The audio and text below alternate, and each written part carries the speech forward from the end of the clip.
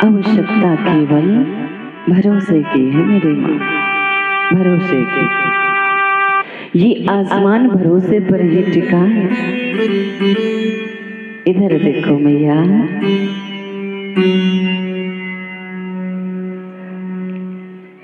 भरोसे पर ये संसार कायम है और भरोसा उस पर करो जो आपके भरोसे का सम्मान करे,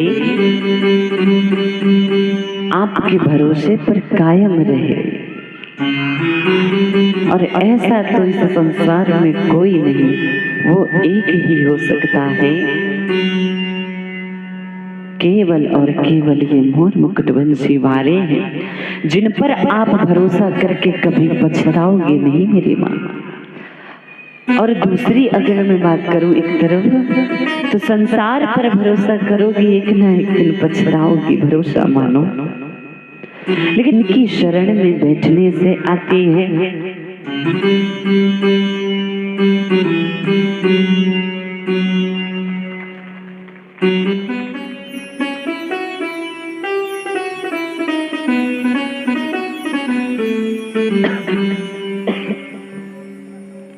श्री सीताराम।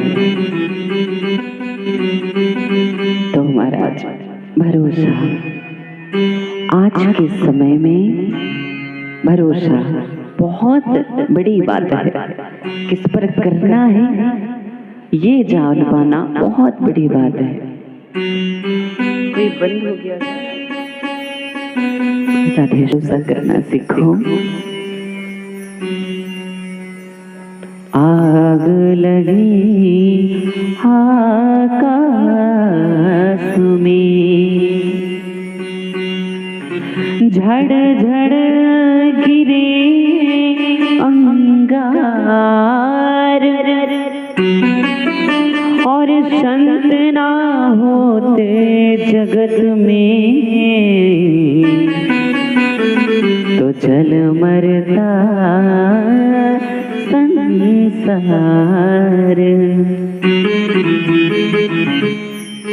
आग लगी आकाश में, झड़ झड़ गिरे अंगार, संत ना होते जगत पे तो जल मरता संसार।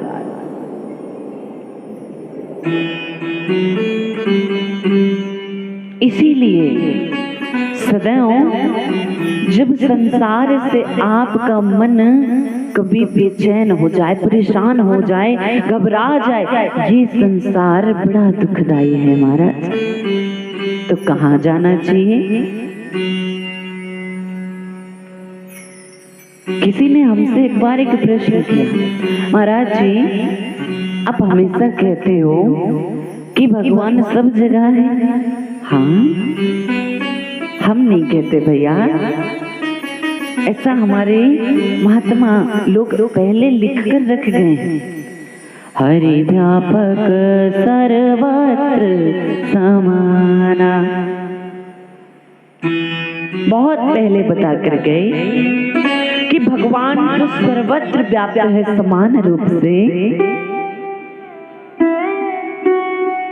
तो ठीक है महाराज जी, हमने आपकी बात मान ली, महात्माओं की बात मान ली, संतों की बात मान ली, लेकिन जब भगवान सब जगह है तो फिर उसकी पूजा हेतु मंदिर क्यों जाना चाहिए? भगवान तो कहीं भी है, तो फिर हम नाली में भी बैठ के पूजा कर सकते हैं। सब जगह है भाई, तो नाली में भी होगा, इधर भी है, फिर मूर्ति क्यों रखते हैं महाराज? उसकी पूजा क्यों होती है? उसके सामने ही बैठकर ये भाव क्यों बनता है कि ये भगवान है?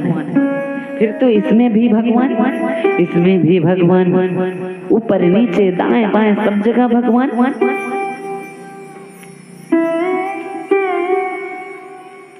क्यों मैया, उचित है ना बात? हमने कहा बात तो तुम्हारी सही है, फिर मूर्ति रखने की क्या आवश्यकता है? देखिए भगवान सब जगह व्याप्त है, हरि व्यापक सर्वत्र समाना, सब जगह है। लेकिन ऐसे समझे कि जब सर्दी में, जब गर्मी में हमको गर्मी लगती है, देखो हवा सब जगह है, हवा सब जगह समान रूप, ऐसा तो नहीं है कि भाई कृष्णा बाग में हवा नहीं चलती, गुंजन बिहार में चलती है। ऐसा हो तो फिर तो कृष्णा बाग के लोग सांस ही ना ले पावे महाराज, है ना। कभी थोड़े देर के लिए ऐसा मन में भाव आए ना कि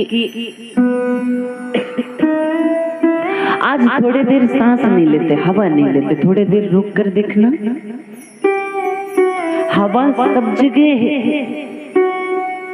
वो जो साइकिल का पहिया है ना, टायर, उसमें भी हवा है। अब मानो गर्मी का समय, हमें गर्मी लग रही है, हमें गर्मी लग रही है, तो क्या इस हवा से कम चलेगा? हम जाएं, कहते हैं हवा तो सब जगह है भैया, हवा सब जगह है ना महाराज, काम नहीं चलने वाला। कहते हो महाराज साइकिल के टायर का वो खोलो और वैसे लगा के हवा ले लो, क्या काम बनेगा? ना महाराज, बड़े बड़े कूलर रखते हैं और हमें गर्मी ना लगे, परेशान ना होना पड़े, बेचैनी ना हो, बीमार ना पड़े, इसके लिए क्या करते हैं? एसी लगवाते हैं, कूलर के सामने बैठते हैं जाकर। उस समय कोई आकर कह दे महाराज कूलर क्यों लगवाए? हवा तो सब जगह है, हवा सब जगह है, क्यों कूलर लगवाए बताओ? क्यों एसी में सो रहे हो?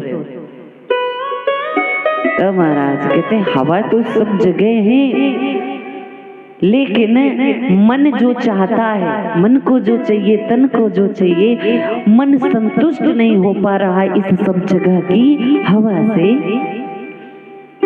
इसको तसल्ली, सुकून, संतुष्टि नहीं मिल पा रही है इस सब जगह की हवा से, इसलिए कूलर के सामने बैठता है। ठीक उसी प्रकार परमात्मा सब जगह है, भगवान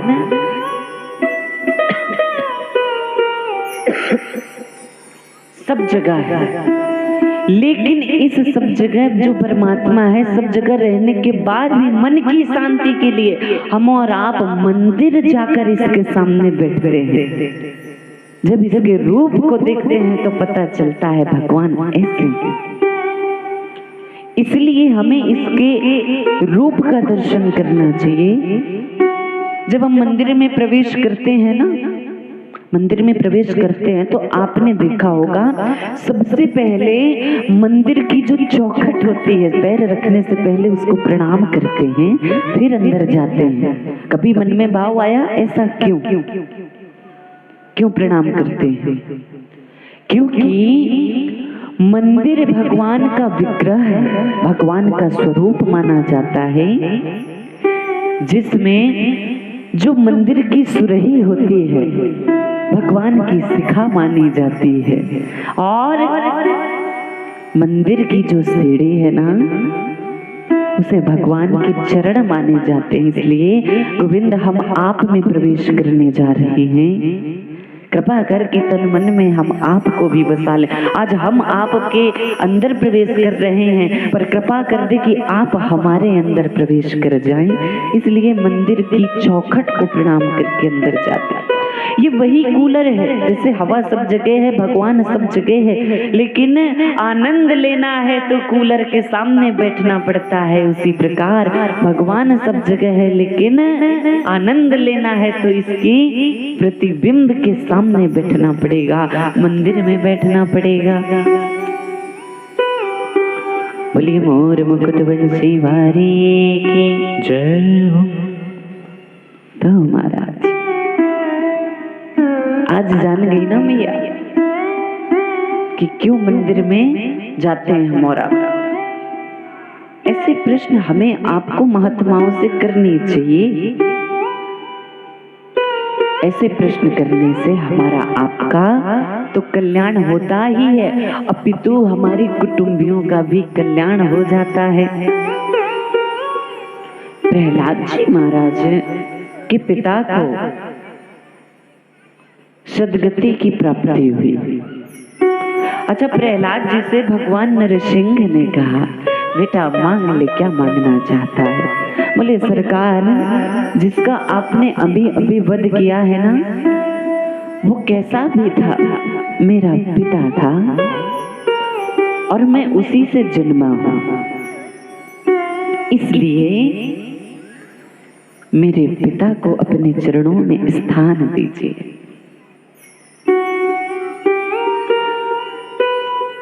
भगवान कहते हैं, अरे प्रहलाद, जिस कुल में तुम जैसा भक्त जन्म ले ले, उस कुल की तो 21 पीढ़ियां पे पहले की तर जावे और आगे की भी तर जावे, जो अभी आई भी नहीं है वो आने वाली भी तर जाती हैं। इसलिए भक्त बनना सीखें। अपने बच्चे को कभी भी भगवत मार्ग से अलग करने का प्रयास ना करें।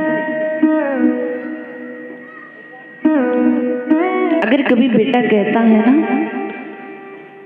कि माँ मुझे साधु होना है, संत होना है, तो कभी उसके आगे मत आओ कि नाना हम तो तेरा ब्याह कराएंगी, प्यारी सी दुल्हनिया ला देंगी तेरे खातिर।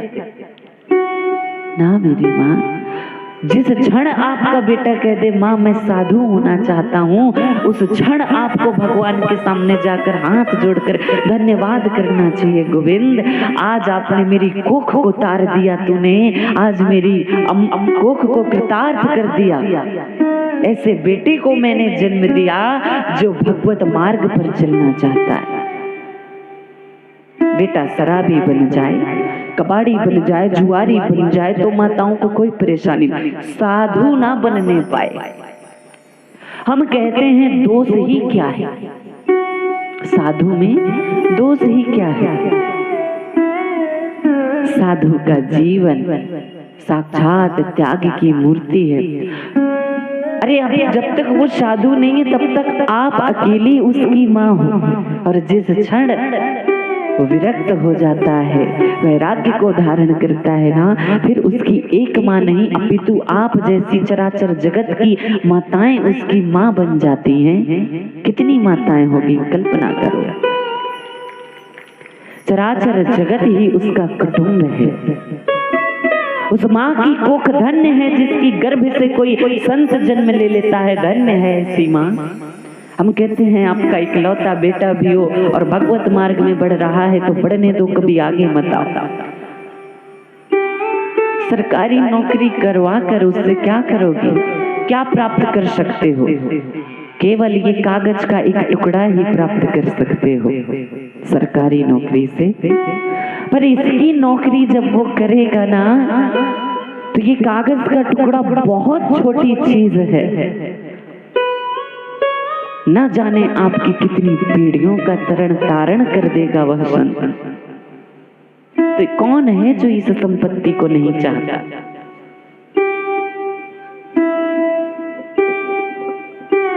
इसीलिए हमें और आपको भगवत मार्ग पर, भगवत पथ पर चलने वाले बेटा हो या बेटी, उसके आड़े नहीं आना चाहिए, सदैव उसको आगे करो। भक्ति बीज पलते नहीं, जो जुग जाहि अनंत। ऊंच नीच घर उपजे, पर होए संत को संत।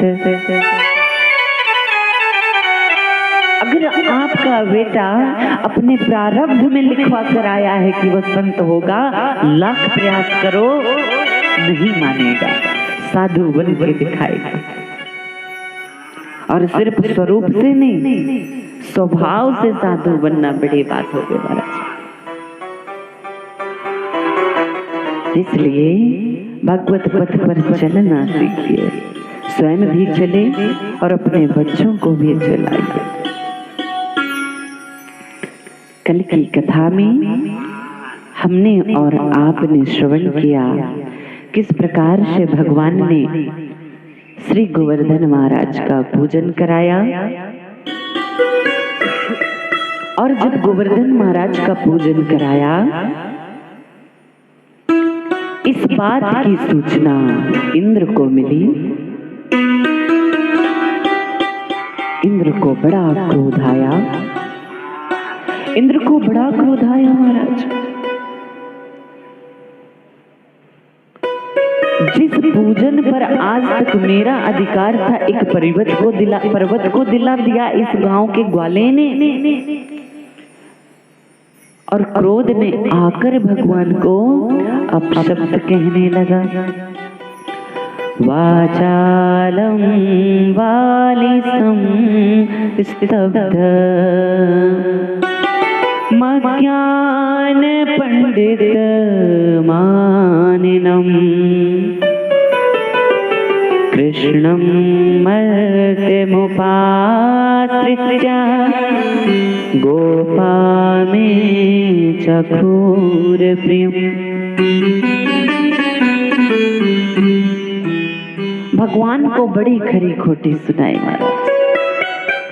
और देवराज इंद्र ने प्रलयंकारी मेघों को भेजा ब्रज में, जाओ सारे ब्रज को तहस नहस कर दो। ये प्रलयंकारी मेघ आज ब्रज में आकर भयंकर गर्जना के साथ बरस पड़ते हैं। और जब ऐसे घनघोर वर्षा हुई महाराज, सारे ब्रजवासी भयभीत हो गए।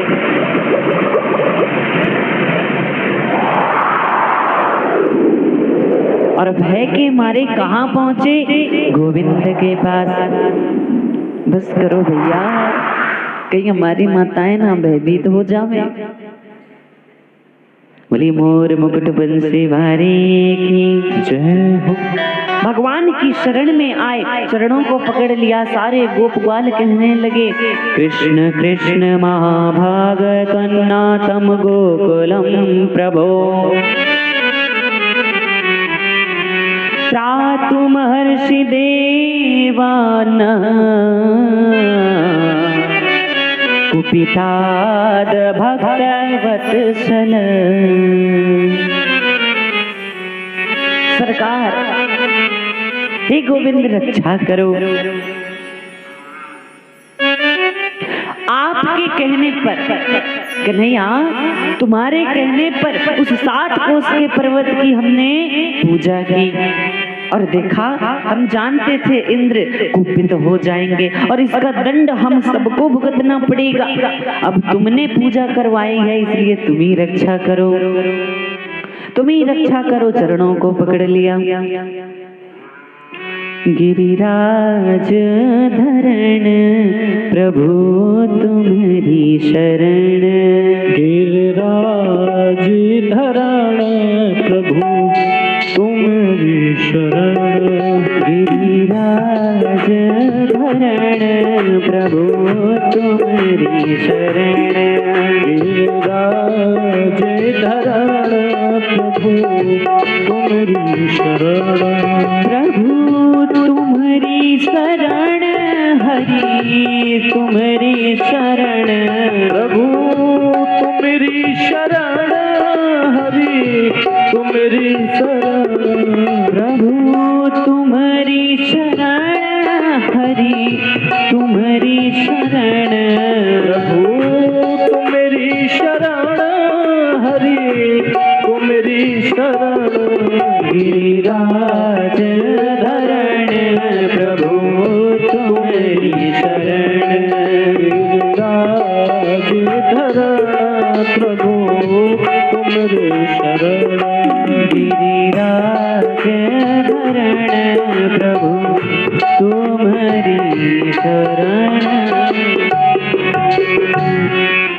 जब इस प्रकार से सारे भक्त आज भगवान को पुकारे, तो कृपा के सागर दीन बंधु दीनानाथ, इस भवसागर को अनायास ही पार करा देने वाले मेरे गोविंद आज कहते हैं, भाइयों आज आप सब इतनी छोटी सी बात के लिए घबरा गए। अरे हमने जिस देव का पूजन किया है आज वही देव हमारी आपकी रक्षा करेंगे। और भगवान सबको लेकर के गोवर्धन की तलहटी में जाते हैं महाराज, और जाकर सारे हाथ जोड़कर खड़े हो गए और पुकारने लगे जब भगवान को, तो भगवान श्री कृष्ण कहते हैं गोप बालों से कि बंधुओ, मेरा देवता कहवे है कि अगर इस वर्षा से इतना भय लागे है, इतना डर लागे है, तो इन मुंह को उठाई के छत्ता बनाई ले और सब मेरे नीचे आ जाओ। गोप ग्वाल कहने लगे लाला, ये कोई खेलवे की चीज ना है, ये कोई छत्ता बनावे की चीज ना है लाला, ये अच्छा खासा 7 कोस का पर्वत है। अब क्या करें गोविंद? और आज मेरे सरकार ने अपने हस्त की सबसे छोटी उंगली, ये वाली उंगली, सबसे छोटी उंगली में मात्र 7 वर्ष के मेरे कान्हा और 7 कोस के विशाल पर्वत को गोविंद ने आज धारण कर लिया।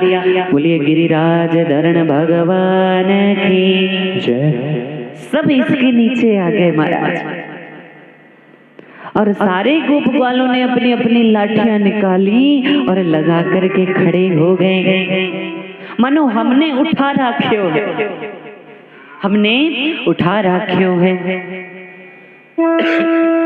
हम और आप भी हमेशा यही भूल करते हैं, हम और आप यही भूल करते हैं। मेरे परिवार का भरण पोषण कौन करना? बोले मुखिया तो मैं हूँ, मुखिया मैं हूँ। तो भगवान भी कह देते हैं अगर तुझे मुखिया बनने का बहुत शौक है ना, तो फिर संभाल जिम्मेदारी। तभी फिर हम मरीज बन जाते हैं किसी ना किसी चीज के, किसी ना किसी बीमारी के, और कहवे फिर महाराज बड़ी टेंशन है, इस टेंशन ने मुझको मरीज बना दिया। तो टेंशन लेते क्यों हो भाई? अब तुमको जबरदस्ती का बोझ सर पर रखना है तो रखो। अब चलती हुई ट्रेन पर अब तुम पोटली को नीचे सीट पर रख लो या अपने सर पे रखे रहो, बोझ तो सारा ट्रेन ने ही उठा रखे हो है महाराज। क्यों भैया? अब आप बैठ जाओ तो कह दो भाई हम तो बैठ गए, लेकिन हमारी जो पोटली है, बोझा है, ये ट्रेन क्यों उठाएगी? ट्रेन ने हमको भी उठाया, हमारा सामान भी उठाया। ना ना, तुम तो हमें उठा लो, सामान हम अपने सर पे रख ले। अब ये हमारी समझदारी है, बताओ। अब तुम सीट पर रखो या शीश पर रखो, उठाया तो ट्रेन ने ही है। ठीक उसी प्रकार करण करावण हार यही है।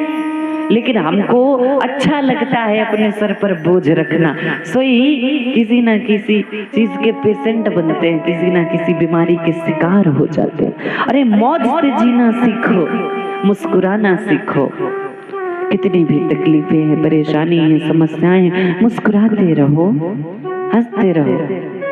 और हंसना बहुत बड़ी कला है। जो मुस्कुराता है ना, उसके जीवन में बीमारी नहीं आती। कितनी भी परेशानियां हैं, समस्याएं, फिर भी मुस्कुराओ। तो महाराज 7 दिन तक घनघोर वर्षा हुई और 7 दिन भगवान ने भोजन नहीं किया। ये गोप ग्वाल तो एक एक करके भोजन पा लेते हैं। लाठी लगाई थी तो एक एक करके भोजन कर लेते, लेकिन गोविंद अगर हाथ नीचे कर रहे हैं तो सबके प्राण संकट में। इसलिए 7 दिन हो गए भगवान ने भोजन नहीं किया। और भगवान गोवर्धन महाराज को 56 भोग लगता है। जानते हो भैया 56 भोग क्यों लगता है?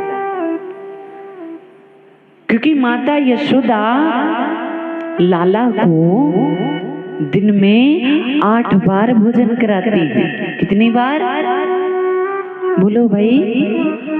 8 बार कराती है। और इधर 7 दिन हो गए, 7 दिन हो गए भगवान ने भोजन नहीं किया। और माता यशोदा सब देख रही थी मैया कि मेरे लाला ने 7 दिन से भोजन नहीं किया, जिस दिन फ्री होगा इकट्ठे करा दूंगी। 7 दिन बाद जब भगवान यथा स्थान गोवर्धन को स्थापित करके लौटे ना, तो मैया ने, अब आप गणना कर लो, गणित आती है ना आप लोगों को, अब योग कर लेना आप। कितना हो गया? 56। 8 सते 56 भोग लगाए महाराज मैया यशोदा ने। इसलिए गोवर्धन महाराज को तब से 56 भोग लगने लगा। बोलिए गोवर्धन महाराज की जय। गोवर्धन महाराज को जब 7 दिन से भगवान लेकर के खड़े, मैया यशोदा बड़ी चिंतित थे। सब भोजन पा लिए, मेरा लाला दुबला पतला 7 वर्ष का, क्या करूं? तो कहने लगे भाई आप सब लोग तो एक एक करके भोजन कर लेते हो, लेकिन मेरे लाला को भी भोजन कर लेने दो। तो गोप ग्वाल कहने लगे लाला जब तू भी भोजन कर ले, हमने संभाल रखा है। तो भगवान कहने लगे संभाल लोगे काका? सोई सब हंसने लगे। देखो भाई 7 वर्ष को छोड़ो, अब बातें ऐसे करवे मानो इतने बड़े पर्वत को यही उठा रखे हो। जा कर ले भोजन। और भगवान ने जैसे ही हाथ नीचे किया सो ले चटाचट सबकी लाठियां टूटने लगी। अरे कन्हैया संभाल। भगवान ने पुनः धारण कर लिया। पर मैया यशोदा क्या करे, वो तो चिंता है उसको कि मेरे कन्हैया ने इतने बड़े पर्वत को उठा रखा है, क्योंकि माँ का हृदय ऐसा होता है, नख पर गिरवर लीन होदार। अरे कोई समझो तो सही कन्हैया मेरो बारो, मेरा लाला बहुत छोटा है। आइए श्रवण करते हैं हम और आप। हेलो हेलो जय Shri Radhe. Hello hello hello बोले बाल कृष्ण लाल की जय, बोले बांके बिहारी लाल की जय। ओ नख पर गिरवर लीनो धार, कन्हैया मेरो बारो। नख पर गिरवर लीनो धार, कन्हैया मेरो बारो।